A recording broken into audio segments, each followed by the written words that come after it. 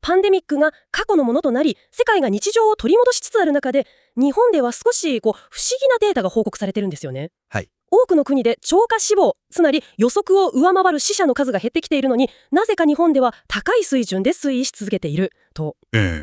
まさに公衆衛生における一つのミステリーと言えるかもしれませんね。今日はですね、まさにこの点について具体的に著者名も含めて分かりやすく解説してほしいというリクエストもいただいてまして、なるほど。そのリクエストにお答えして、この謎に迫ったある研究論文をあなたと一緒に深く掘り下げていきたいと思います。はい。取り上げるのは石の小島誠二さんらのチームによる論文ですね。Persistent All Cause Excess Mortality Observed in Japan After the COVID-19 Pandemic というタイトルの。そうです。これはプレプリント論文、つまり専門家による正式な審査を受ける前の速報的な論文ということになります。はい。この論文、2024年までの日本のデータを分析して、非常に考えさせられる、そして少々直感に反するような関係性を浮かび上がらせています。今回の私たちのミッションは、この小島医師らの分析を具体的かつ分かりやすく解き明かして、彼らが何を発見し、社会にどんな問いを投げかけているのかをじっくり見ていくことです。まずはその謎の出発点からいきましょうか。日本のデータが世界の他の国々と比べていかに奇妙な動きをしているかという点です。お願いします。論文によると、例えばヨーロッパの29カ国、はい。ここでは超過死亡率が2021年に 11.2% でピークを迎えた後、2023年には 2.1% まで劇的に下がってるんですね。アメリカなんかでも同様の傾向が見られると。パンデミックの波が落ち着けば超過死亡も収束していく。これは非常に直感的な動きですよね。そうですよね。そうなんです。ところが日本は違う。そうなんです。この論文では日本の高齢化の影響を公平に比較するために年齢調整済み超過死亡率という指標を使っています。年齢調整済み。はい。もし日本の年齢構成が世界標準と同じだったら死亡率はどうなるかという補正をかけた数値ですね。なるほど。つまり高齢者が多いから亡くなる人が増えるのは当たり前という影響を取り除いて純粋な変化を見ているわけですね。まさにその通りです。で、その調整済みのデータを見ると本当に驚くべきことがわかるんです。日本では欧米で感染が爆発していた2020年と2021年、超過死亡は実質ゼロ、むしろマイナスだったんです。マイナス？つまり予測より亡くなる方が少なかった。それがパンデミックが落ちき始めたはずの2022年にプラス 5.9%、2023年に 4.9%、そして多くの人がパンデミックは終わったと感じている2024年に入っても 5.7% と依然として高い水準が続いている。ここが世界の潮流とは全く逆の動きで、このミステリーの出発点ということですね。単に高齢化が進んだからでは片付けられない、何か説明のつかない死の増加がデータ上に現れている。これが小島医師らが調査に乗り出した動機なんです。ではその原因は一体何なのか。論文では主に2つの、容疑者に焦点を当てていますね。新型コロナウイルスの感染者数ともう一つがワクチン接種回数。この2つと超過死亡の関係を日本の47都道府県のデータで分析しています。都道府県ごとに感染の広がりもワクチンの接種回数もかなりばらつきがありますからね。その地域ごとの違いを比較することで何かパターン、つまり相関関係が見えてくるんじゃないかと考えたわけです。そしてここからが、この論文の本当に核心に迫る部分です。分析の時期を2つに分けて比較してるんですが、そこで驚くべき逆転現象が起きるんですよね。そうなんです。まず2022年の1月から9月。これは主に3回目、4回目のワクチン接種が行われていた時期ですね。この時期のデータを見ると、ワクチン接種回数が多い都道府県ほど超過死亡率が低いという関係が見られた。低い？統計的には負の相関といって、相関係数はマイナス 0.36 でした。ということは、この時点ではワクチンを多く接種している地域ほど死亡の増加が抑えられていると読めるわけですね。そうです。これはワクチンが重症化を防ぐっていう一般的な理解と一致しますし、非常に納得感のあるデータですよね。ここまでは多くの人が予想する通りの結果だったかもしれません。ところがです。パンデミックが収束したとみなされ始めた2023年の6月から2024年の9月、つまり5回目から7回目の接種が進んだ時期のデータを見ると、この関係が完全に180度ひっくり返るんです。というと、今度はワクチン接種回数が多い都道府県ほど超過死亡率が高いという正の相関がはっきりと見られたのです。高い？相関係数はプラスの 0.55。これは統計的に見ても偶然とは考えにくい、かなり意味のある関連性を示しています。それは直感と全く逆ですね。普通に考えれば打てば打つほど安全になると思いがちですけど。そうですよね。ある時点からデータは真逆のことを示し始めたと。これは驚きです。単純にワクチンの効果が薄れただけではマイナスがゼロになるならまだしも、プラスに転じるというのはちょっと説明がつかないですよね。まさにそこが重要なポイントなんです。何か別の要因が働いているんじゃないかと研究者たちは考えざるを得なくなる。そこで論文では多重回帰分析というより一歩踏み込んだ統計手法を使っています。多重回帰分析ですか。少し専門的ですがどういうものでしょうか。例えるなら料理の味を決める要因を探るようなものです。塩、砂糖、スパイス、火加減、いろいろな要素が複雑に絡み合う中で、この料理の味に一番強く影響しているのは実はこの隠し味だったみたいに特定する手法ですね。なるほど、わかりやすいです。今回で言えば超過死亡という味にコロナの感染者数、ワクチン接種回数、人口密度といった要素がそれぞれどれだけ影響しているかを分析したわけです。なるほど。それで分析の結果、その味の決め手となる隠し味は何だったんでしょうか？論文が報告しているのは、この相関が逆転した後の時期、2023年6月以降において、超過死亡率と最も強く関連していたのは、ブースターワクチンの接種回数だったということです。ワクチン接種回数。そして、新型コロナの感染者数や人口密度との間には、統計的に意味のある関連は見られなかったと結論付けています。なるほど。ミステリーの輪郭が少しずつですけど見えてきた気がします。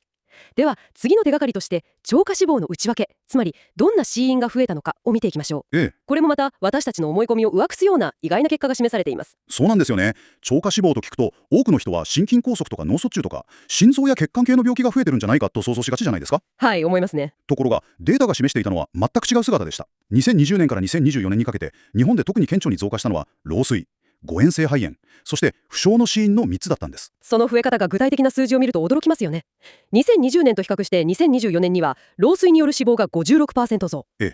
誤嚥性肺炎が 49% 増、そして原因がよくわからない不詳の死因が 50% も増加している。しかもこれら3つの死因だけで全体の死亡者数増加の約半分、47% を占めていた。一方で対照的に悪性新生物、つまりがんであるとか心筋梗塞、脳梗塞といったいわゆる主要な死因はほとんど増えていないか微増にとどまっている。この事実は非常に重要なんです。と言いますと、なぜなら増えているのが老衰や不詳の死といった非常に曖昧な死因だからです。心筋梗塞なら原因は明確ですが、老衰というのは特定の病気というより全体的に体が弱って亡くなる状態を指しますよね。つまり何が最後の引き金になったのかが特定しにくい。この論文が示唆しているのは、私たちが大往生とか老衰と呼んでいるものの中にこれまでとは違う何か見過ごされた要因が隠れている可能性ということです。なるほど。ドラマチックで急なイベント、例えば突然の心臓発作のような死ではなくて、もっとゆっくりとしたでも広範囲にわたる健康状態の悪化が背景にある可能性を示唆していると。そういう解釈もできます。そしてその原因を突き止める上で大きな壁となっているのが母検、つまり解剖による詳細なデータの不足だと論文は厳しく指摘しています。母検ですか。本当の死因は何かという根本的な問いに答えるための情報が今の日本には決定的に欠けているというわけです。なるほど。そもそもなぜ頻繁なワクチン接種が超過死亡と関連する可能性が示唆されたのか、そのメカニズムとして考えられる仮説にも論文では触れていますね。はい。あくまで他の研究を引用する形での考察ですが、免疫関与という仮説に言及しています。免疫関与、あまり耳慣れない言葉ですが、どういう概念ですか？例えるなら、最初は侵入者に対して警報を鳴らしていた体の警備システムが何度も同じ訓練を繰り返すうちに、またこれかと反応が鈍くなってしまうような状態です。なるほど。その結果、いざ本物の侵入者や少し姿を変えた変異株が来た時に警報が鳴り遅れたり適切な対応ができなかったりするかもしれないという仮説ですね。つまりワクチンを繰り返し接種することがかえって体の免疫システムを慣れさせてしまって本来の防御反応を弱めてしまう可能性があると。そういう可能性です。論文が引用している研究によれば、マウスの実験でワクチンを5回以上投与するとウイルスの変異株に対する免疫反応が抑制される可能性が示されたそうです。また人の透析患者を対象とした研究でも5回目の接種後に免疫機能の一部が抑制される傾向が見られたという報告があると。論文の著者たちはこの免疫関与という現象が5回目以降の接種で感染が増え、結果として超過死亡との相関が逆転した背景にあるのかもしれないと考察しています。ここまで非常に興味深いデータと仮説を見てきましたが、ここで一度冷静に立ち止まってこの研究の限界についても確認しておく必要がありますよね。その通りです。これは何よりも重要なのではっきりとお伝えしなければなりません。著者たちが論文の中で何度も強調していることですが、この研究が示したのはあくまで相関関係です。相関関係。因果関係を証明するものでは断じてないということです。相関は因果を含まず、統計を扱う上での基本中の基本とされる原則ですね。有名な例えですが、アイスクリームが売れると水難事故が増えるという相関関係があったとしても、これはアイスクリームを食べると溺れるということではないですよね。実際には夏になって気温が上がるという共通の原因がアイスの売り上げとかゆいや可愛いしく人の両方を増やしているだけ。今回の研究の場合、都道府県という集団レベルのデータを見ているので、特にその点に注意が必要だと。まさしく、統計学ではこれをエコロジカルファラシー、生態学的誤謬と呼びます。生態学的誤謬。集団レベルで見られた関連が必ずしも個人レベルで当てはまるとは限らないということです。例えばワクチン接種率が高い都道府県で超過死亡率が高かったとしても、その亡くなった方々一人一人がワクチンを何回接種していたのか、そもそも接種していたのかどうかすらこのデータだけでは全く分かりません。なるほど。ではこれらのデータを踏まえて私たちはこの研究を全体としてどう位置づければいいんでしょうか？この論文はワクチンが超過死亡の原因だと断定しているわけでは全くないんです。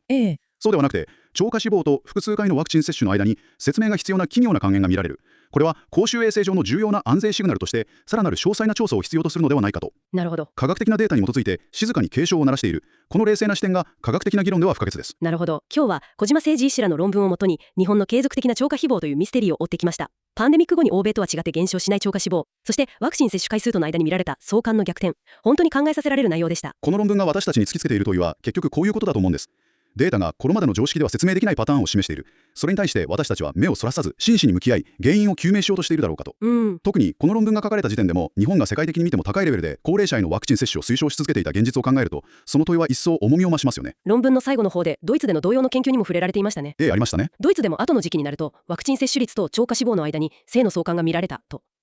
ただドイツのブースター接種回数は日本の約半分で、その後の超過死亡は減少に転じている。この日本との違いも著者らが指摘する重要な論点でした。そうなんです。著者たちが一貫して訴えているのは憶測や感情論ではなく、あくまでデータに基づき冷静にさらなる調査が必要だということです。そしてその調査の鍵として繰り返し挙げているのが先ほども出た冒険の重要性です。亡くなった方の体を医学的に詳しく調べることでしか本当の死因、このミステリーの真相はわからないと。最後にあなたに考えてみていただきたい問いがあります。この研究は公表されている集団レベルのデータに依存していました。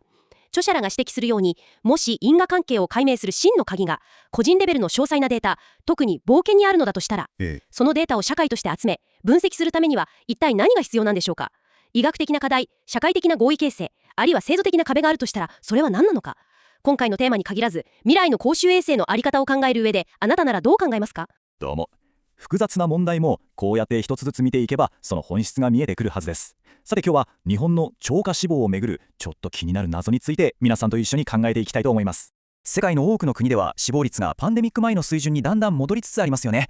でもなぜかこの日本では超過死亡がずっと高いまま続いている。これって一体どういうことなんでしょうか。今日はこの大きな謎にデータを使って迫っていきます。この問題の核心に迫るために今回僕らが注目したのが1本の論文です。小島誠二さん、義門今後さん、そして藤川健二さんという研究者たちによるもので、まさにこの問いを真正面から取り扱っているんですね。彼らの分析、一緒に見ていきましょう。でも本題に入る前に一つだけ、これは本当に大事なことなのでお伝えさせてください。今回取り上げる論文はですね、プレプリントといってまだ専門家による厳しいチェック、いわゆる査読が終わっていない速報段階の研究なんです。なのでこれは確定した事実というよりは、こういうデータが出てきたけどどう思うといういわば議論の出発点、この点をしっかり頭に置いた上で先に進んでいきましょう。まず日本が今どういう状況にあるのか世界と比べてみましょう。これを見ると一目瞭然なんですが、2023年から24年にかけて欧米では超過死亡が落ち着いてきているのが分かります。それに対して日本は依然として高いまま。どうして日本だけがこんな得意な状況にあるのか、これが今回の研究の全ての始まりです。それでこの研究を理解するためのキーワードがこれです。年齢調整超過死亡率。ちょっと難しく聞こえますかね。でも要はこういうことです。日本って高齢化社会だから、普通にしてても亡くなる方の数って年々増えていくじゃないですか。この指標はその高齢化による自然な増加分を計算から取り除いて、それでもなお予測よりどれだけ死亡が多かったかを見るためのものなんです。言ってみれば真の超過死亡を測るためのより正確な物差しってわけですね。それからもう一つ、日本の状況として押さえておきたいデータがあります。論文でも指摘されているんですが、日本はブースター接種の回数が世界的に見てもかなり多い国なんですね。この事実がこれから見ていく超過死亡のデータと何か関係してくるんでしょうか。さあ、ここからがいよいよ研究の核心部分です。データが示したまさに驚くべき変化、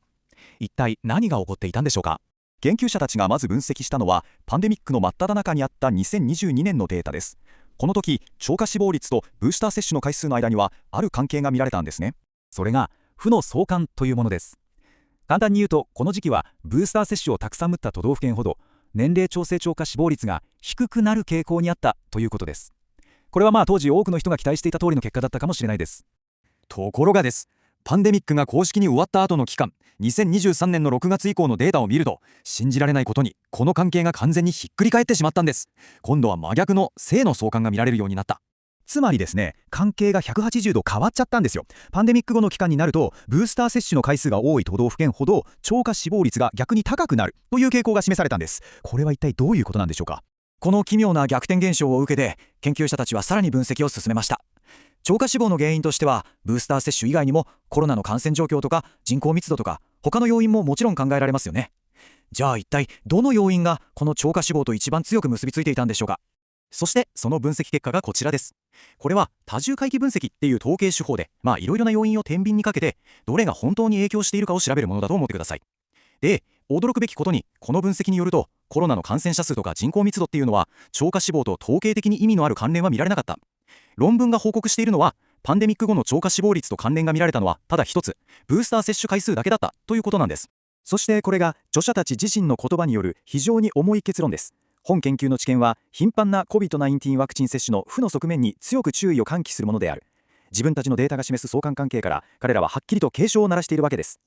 ただここで一度冷静になりましょう。この衝撃的な結果を正しく理解するために絶対に忘れてはいけない注意点が3つあります。まず1つ目、何度も言いますがこれはまだ専門家のチェックを受けていない速報だということ。2つ目、そしてこれが一番大事なんですが、相関は因果ではないということです。例えばアイスがよく売れる日と海での事故が多い日って関連はありますけど、アイスが事故の原因じゃないですよね。それと一緒です。そして3つ目、著者自身も認めている生態学的誤誘のリスク。これは都道府県みたいな集団レベルのデータから個人の原因を決めつけちゃいけないってことですね。集団の傾向が必ずしも一人一人に当てはまるわけじゃないんです。この研究は一つの気になる相関という形で私たちに問いを投げかけてきました。これがただの偶然なのか、それとも何か大事な意味を持つシグナルなのか、その答えが出るにはさらなる研究を待つしかありません。でもこれは同時に私たちに大きな問題を突きつけます。科学的にまだ白黒ついていない初期のシグナルに私たちはどう向き合えばいいのか、慎重に調査を進めるべきなのか、それともこの難しいバランスについて皆さんはどう考えますか？